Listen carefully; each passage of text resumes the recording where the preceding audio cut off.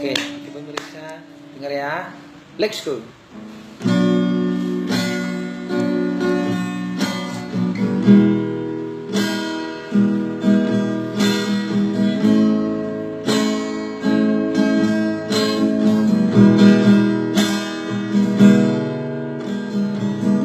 Quay xin lỡ mà lỡ quay xin lỡ thế bu lỡ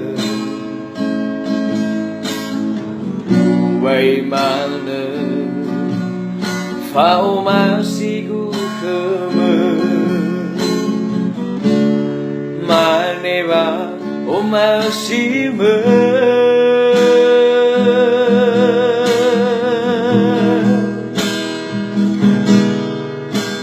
Fanutenaku ube khmer và omashiku ululu mane shidederku ufai khmer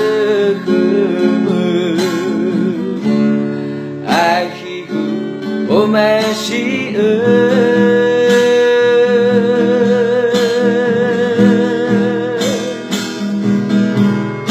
apa tersiai keku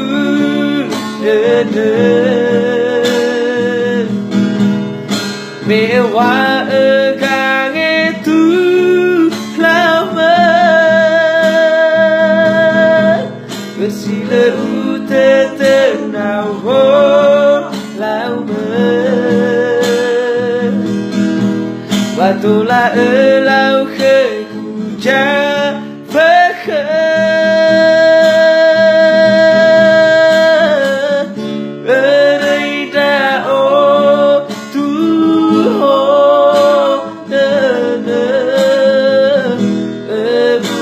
Chino ta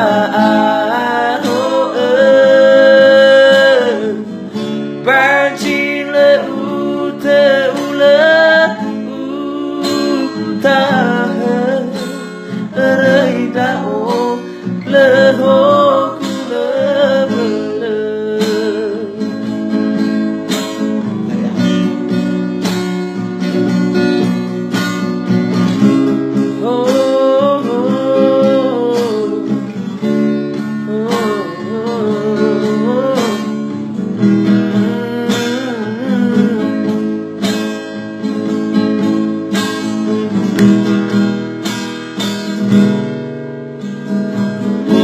quay xin lỡ mà lỡ quay xin lỡ thế bu lỡ quay mà lỡ phao mà siu khơ mà nè ba ô mà si mơ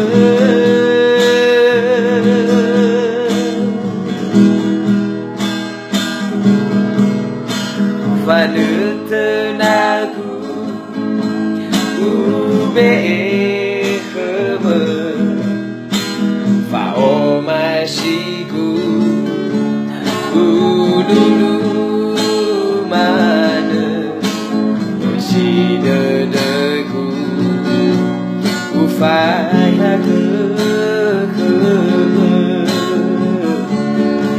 akhiku omashi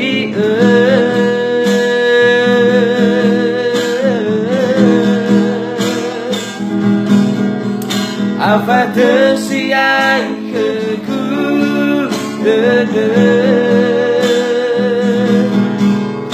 mewah kang itu lama bersila utetenau lama waktulah elau keku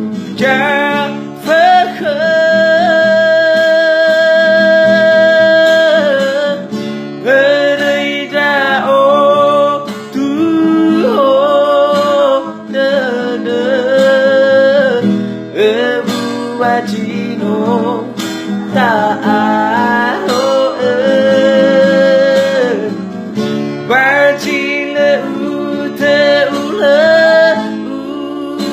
utahe Reida o leho kulebere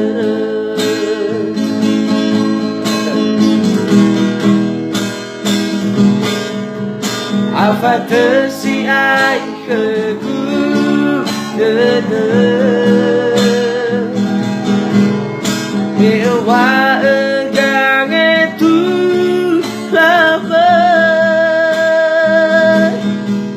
Besile ute tengah wo laume Watola elau ke jafeke